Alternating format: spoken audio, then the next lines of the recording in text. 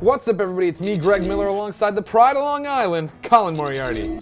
Go Islanders. Go Islanders! Wow, we're already back to that. Is NHL starting again? No, the Jets will be back first before the Good Lord. Colin, we do a bunch of shows on that YouTube. One of the comments on one of them was Dodosaurus1 saying JRPG or WRPG. Of course, he means Japanese role-playing game or Western role-playing game. For a long time, JRPGs are what dominated the role-playing scene. Indeed. Now we have a whole bunch of Western ones. Choose right now. You just reviewed Tales of Exilia. Tales of Exilia, yeah. You reviewed that Ninu Nana. I mean, what are we talking about? He's saying pick one. What is the better version of the RPG? I don't know. Japanese or Western? I mean, the like, correct answer is Western. Yeah, Mass Effect. Fallout. Yeah. Awesome. Way better than Japanese RPG. But I mean, are we talking about like of all time? Or are we talking about like right now? Let's talk about right now.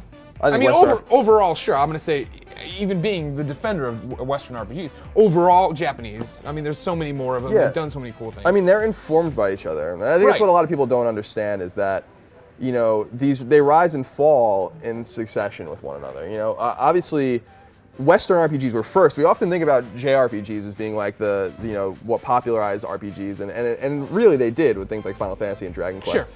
But, you know, the original RPGs before there were video games were played on, Pen and paper. Yeah, pencil and paper, and they're inspired by chess and war games and things like that. The 70s D&D inspired games on PC like Ultima, and even before that, games on mainframe computers where people would play D&D. Of course. And then those inspired Dragon Quest and Final Fantasy, which really popularized the genre, and that obviously dominated for about 15 years. Then Western RPGs came back. So I think JRPGs have a much better history. I think exactly. They're more important, right, as far as what's happening. But I think right now, Western RPGs are the cream of the crop. Sure. Carving out a niche in the world. Sure. I mean, there's great. I mean, like you said, Mass Effect and Fallout are great examples. KOTOR, obviously, back on the Xbox was a great Western RPG. I think JRPGs are coming back.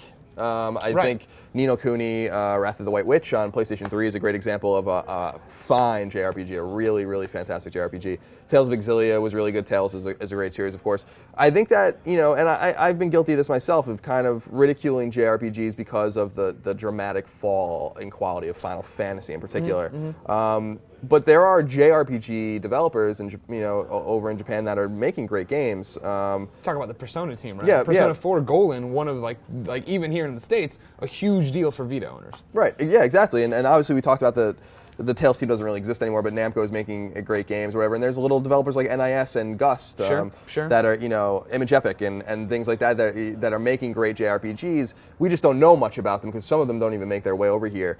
So if I had to choose one right now with games that are coming out, I would probably choose Western RPGs. But in posterity, Japanese role-playing games were hugely important. I mean, think about how important Final Fantasy VII was to making PlayStation popular. You know, that really was storytelling in games, too. Yeah, that was a turning point for that system. A lot of people don't remember that. You know, it was 2 years after PS1 came out that Final Fantasy VII really catapulted that system, made RPGs mainstream. But with that mainstream success came heightened expectations as time went on, which I think Western RPGs met better than JRPGs. Because people making Western RPGs were influenced playing JRPGs, and that's where we are now. So it all ebbs and flows together. That's what I'm saying. Like, tapestry of games. Yeah, D&D inspired, the Ultima, which inspired Final Fantasy, which inspired, BioWare, which inspired, et cetera and so on. So, like, it seems like they cannot both rise together, which is kind of ironic. That's interesting, right? Yeah. So the people are being inspired right now by Western RPGs.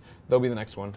Mars RPGs, whoever's playing those. Sure. Getting excited. Sure. Well, Colin, thank you for your time. Give me a problem. handshake there. You can read Colin's articles on IGN.com all the time, and you can see us talk about PlayStation on Podcast Beyond every Tuesday. Until then, for everything about every game, whether it be an RPG, an action, a fight, or whatever the hell they make next, keep it here on IGN.